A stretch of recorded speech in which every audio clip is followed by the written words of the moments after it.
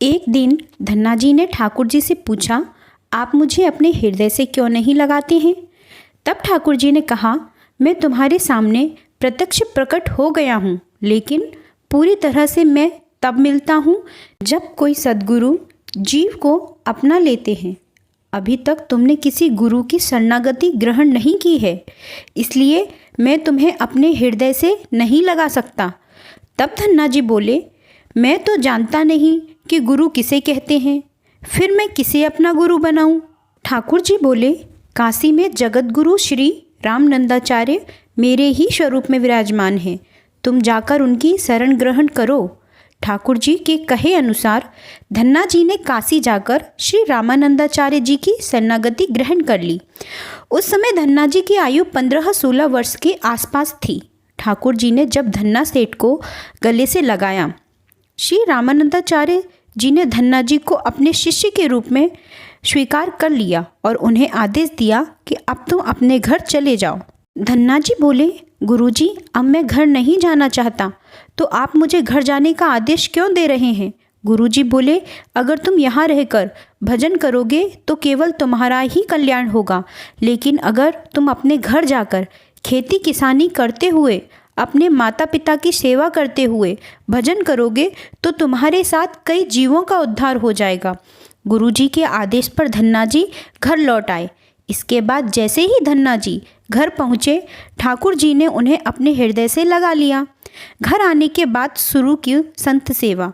इसके बाद धन्ना जी खूब संत सेवा करने लगे। जब भी उनके गांव में कोई भी साधु संत आते, धन्ना जी उन्हें अपने घर ले आते और बड़े प्रेम से उनकी सेवा करते, उन्हें भोजन खिलाते। संतों की सेवा करने के कारण अब उनके घर दूर दूर से साधु संत पधारने लगे। धन्ना जी उन सभी का बड़े प्रेम से सत्कार करते और उन सभी को भोजन खिलाते। पिता ने साधुओं को घर आने से रोका। एक दिन धन्ना जी के पिताजी ने धन्ना जी से कहा, देखो भाई, हम लोग गृहस्थ लोग हैं, यदि महीने में एक आध बार कोई साधु आ जाए तो हम उनकी सेवा भी कर दें और उन्हें भोजन भी करा दें, लेकिन तुम्हारी इन साधुओं से ऐसी दोस्ती हो गई है कि हर दूसरे दिन कोई ना कोई साधु चला आता है और अपने साथ 1-2 और लेके आता है। यह ठीक नहीं है। हम अपनी खेती बाड़ी का काम करें या इन साधुओं की सेवा करें? तुम तो अभी बालक हो, कुछ कमाते हो नहीं, तुम्हारा पालन पोषण भी हम ही करते हैं और ऊपर से तुम साधुओं को बुला लाते हो। इस प्रकार इन निठल्ले साधुओं की सेवा करना ठीक नहीं है। इसलिए एक बात कान खोल कर सुन लो, आज के बाद यदि तुम किसी साधु को घर लेकर आए तो उन्हें मैं घर में घुसने नहीं दूंगा। तुम्हें यदि साधु सेवा करनी है तो पहले कुछ कमाई करो, फिर अपनी कमाई से साधु सेवा करना। पिताजी की बात सुनकर धन्ना जी उदास हो गए और चुपचाप खड़े हो गए। तब पिताजी ने धन्ना जी को डांटते हुए कहा, आज के बाद किसी साधु को घर में लेकर मत जाओ। खेतों में गेहूं बोकर आओ। खेत तैयार है, बोरी में बीज का गेहूं रखा है, इसे बैलगाड़ी में ले जाओ और खेत में बो दो। धन्ना जी ने बैलगाड़ी में गेहूं रख लिया और खेत में बोने चल दिए। धन्ना सेठ थोड़ी दूर ही चले थे कि उन्हें मार्ग में 5-6 साधु संतों की टोली आती दिखाई दी। धन्ना जी ने बैलगाड़ी से उतरकर उन्हें साष्टांग प्रणाम किया। संतों ने धन्ना जी को आशीर्वाद दिया और पूछा, बेटा, इस गांव में धन्ना जी का घर कौन सा है?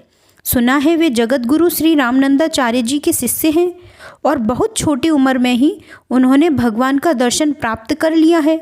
हम भी उनका दर्शन करना चाहते हैं। यह सुनकर धन्ना जी संकोच में पड़ गए और वे हाथ जोड़कर बड़ी विनम्रता से बोले, महाराज, मुझे ही लोग धन्ना भगत कहते हैं।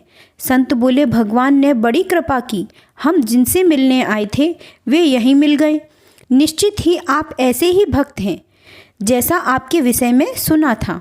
कितनी विनम्रता है आप में। चलिए आपके घर चलते हैं, वहीं बैठकर आपसे चर्चा करेंगे। धन्ना जी ने सोचा, अभी पिताजी ने साधुओं को घर लाने के लिए मना किया है। यदि मैं खेतों में बीज बोने के वजह इन साधु संतों को घर ले गया तो पिताजी आसमान सिर पर उठा लेंगे और इन साधुओं को भी भगा देंगे। तब धन्ना जी कुछ विचार करके बोले, महाराज, अभी घर पर कोई नहीं है, मैं भी खेतों की तरफ जा रहा हूँ, आप मेरे साथ वहीं चलिए। संत बोले, ठीक है, हमें तो आपसे मिलना था, अब आप जहाँ ले जाएं वहाँ हम चलेंगे।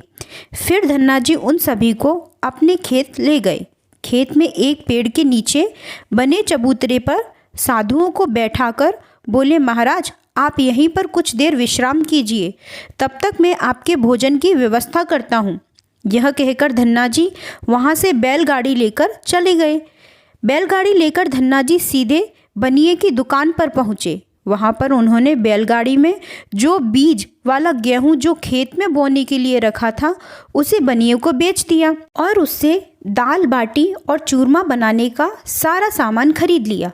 सामान लेकर धन्ना जी खेत पहुँचे। वहाँ पर उन्होंने संतों के साथ मिलकर बहुत बढ़िया दाल बाटी और चूरमे का प्रसाद बनाया। भगवान को प्रसाद का भोग लगाने के बाद बड़े प्रेम से उन्होंने संतों को भोजन करवाया। इसी बीच भगवत चर्चा भी होती रही। संतों को भोजन करवाने के बाद बड़े प्रेम से उन्हें विदा भी कर दिया। धन्ना सेठ ने गेहूं की जगह खेत में बो दिया था रेत। संतों के जाने के बाद धन्ना जी सोचने लगे कि बीज वाले गेहूं को तो बेचकर संतों को भोजन करा दिया है, अब खेत में क्या बोया जाए।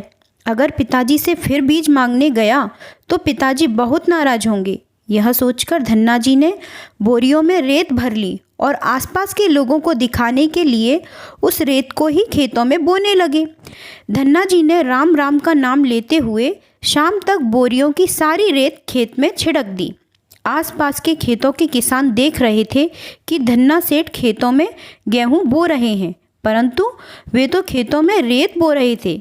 खेत बोने के बाद धन्ना जी बड़े प्रसन्न मन से घर की ओर चल दिए। वे सोचने लगे कि खेत में तो कुछ उगना है नहीं, तो देखभाल भी करनी नहीं पड़ेगी। घर पर पिताजी ने पूछा, खेत बो आए? तो धन्ना जी बोले, जी पिताजी, बो आया। कुछ दिन बाद गांव के कुछ बड़े बूढ़े लोग धन्ना जी के पास आए और बोले कि तुमने कैसा खेत बोया है, ऐसी फसल तो हमने अपने जीवन में आज तक नहीं देखी।